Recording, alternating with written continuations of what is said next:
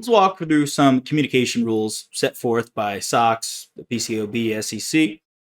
Those charged with governance, this is going to refer to the board of directors. They have been charged with properly governing the entity. And then management, this is CEO, CFO, vice president, all those individuals there. Communication between the auditor and the client should be addressed from the auditor to management and those charged with governance. We're going to see within our individual lesson on communication, there's just a lot of different components. You're going to communicate with these two groups individually and in different ways. The client refers to the entity, but within the client, so let's say Texas Roadhouse, they have management, those who run the day-to-day operations of the entity, and then those charged with governance, those being the board of directors. During an audit, an auditor must communicate to both management and those charged with governance any significant deficiencies and material weaknesses. Now, that should be communicated to those individuals. This is not going to end up in the audit report, but this is going to be in a specific report, restricted use report, as we'll see, to management and those charged with governance. We'll talk about what these are in later lessons as well, but you got to memorize that. During an audit, an auditor must communicate to those charged with governance. So this is specific to those charged with governance. The auditor has to communicate any fraud detected within the management level. And we'll see this when we go over fraud in that lesson, where generally if you find fraud within one level of the organization, you go above them.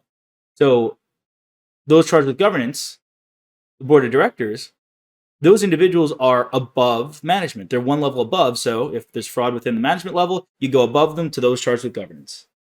You're going to communicate any disagreements with management over items that are material or significant to the financial statements. So if we disagree with management, go above them to those charged with governance and tell them about it. Whether or not these disagreements were satisfactorily resolved, you want to make sure that you communicate, let them know, hey, we disagreed on this, it's still outstanding, or we disagreed on this and we resolved it. An overview of the plan, scope, and timing of the audit. Just like if you're construction company, you want to communicate to those who hired you when you're going to get the construction job done. We want to include also here a preliminary view on key audit matters and plans for using internal audit members or specialists. We'll talk about key audit matters later on in another lesson, but using the employees of the entity, right? If we want to, as the auditor, use the work of these individuals who work for the audit client, you got to let those charged with governance know. For planning purposes, to make sure that they're available. Also, you can't just start demanding to pull their employees over to work with you. You need some approval, some permissions there. Lastly here, we want to communicate significant adjustments to the financial statements arising from the audit. I mean, that's your whole job, is to give an opinion, and if that opinion can be skewed by items that need to be adjusted, that's pretty critically important.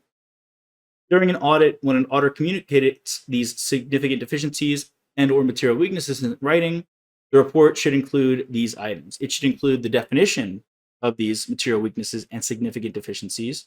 It should emphasize that the audit was conducted to report on financial statements and not to provide an opinion on internal control. That's important there. Now, just remembering these things and understanding them is important, but you also got to memorize in which instances these need to be communicated. Indicate that the report is restricted use, so this is not meant to get out to the general public.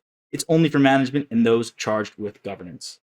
It's not like the financial statements. The financial statements, normal audited financial statements, are general use. This is restricted use, meaning we don't want just a random investor, random creditor, random person to pick this report up. This stays within the organization. Hey there! Are you ready to not only pass your CPA exams, but truly understand and enjoy the material while studying? I know it seems impossible, right? Especially to enjoy the material?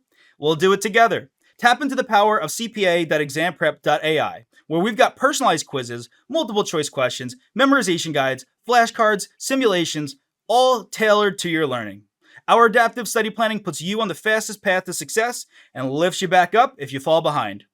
Avoid wasting your precious time and money attempting an exam with a low chance of passing, because who wants that? We want to get you through this process as quick as possible. Our exam readiness prediction lets you walk in with confidence, knowing that you're prepared for success on exam day. Thankfully, there's no payment method needed to get started, so why don't you come join us? Visit cpa.examprep.ai and let's achieve your exam success together.